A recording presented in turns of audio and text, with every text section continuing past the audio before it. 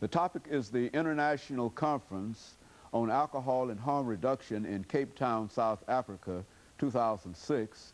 And we have with us our guest, Ms. Joyce Perkins. Now, of course, Ms. Perkins, let me give you an opportunity over this last segment to talk about some of the things that you saw in South Africa that you believe our viewers would be interested in, and in a real sense give us a report, because we've not been to to Cape Town, but you just came from Cape Town, and tell us within that perspective about what you saw, and then later on you can perhaps give us some recommendations in terms of what we ought to do in reference to what you saw. Oh, thank you. And I think that in terms of the drug problem that I witnessed and saw, is that one, they have alcohol is just rampant.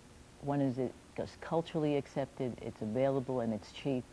And this new drug, it's not new here in this country, it's called tick there, it's called methamphetamine. It is rampant in the townships and it's rampant throughout Cape Town. And the person that was taking me around, my guide, 10 people died in 3 days of tick overdose.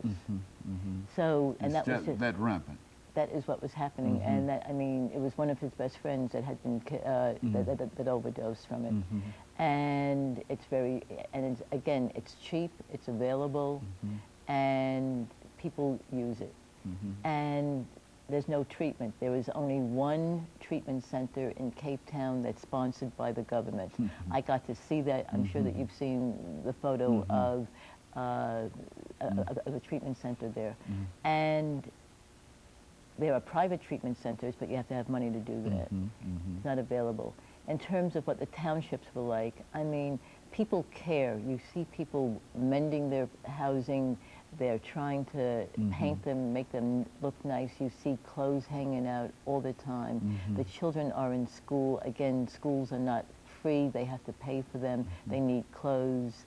The kids are just, they're out either close to their families, my observation, or else they're just wandering around the streets. There was a kidnapping of a little girl in one of the townships. The way news gets posted is that they take the front page and it gets posted around the townships.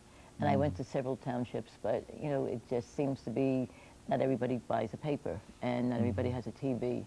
The electricity is scarce. Electricity goes out. Everybody does not have electricity. There's townships, there's houses that I went into where there's wires all over the place, and yet you have next door neighbors hooking into the electricity because they haven't got electricity. The issue with HIV and AIDS and medication and electricity.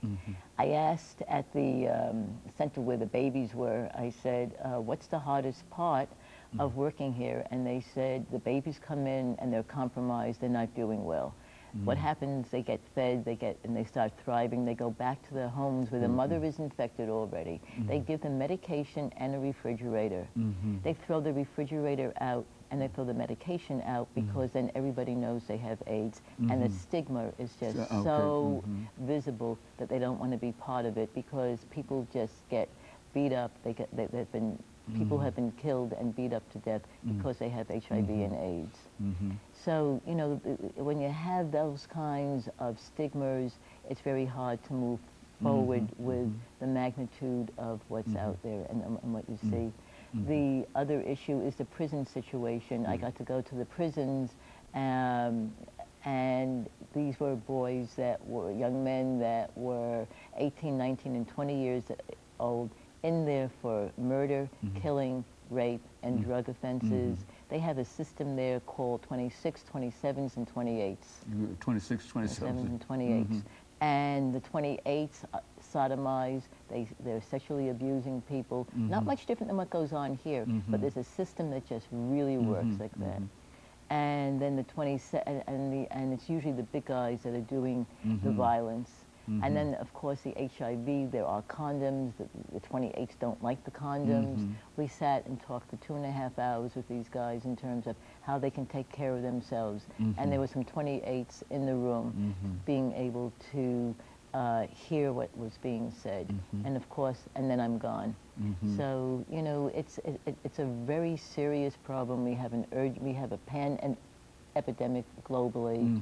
We're going to be celebrating World AIDS Day. The theme this year is Keep the Promise and Accountability.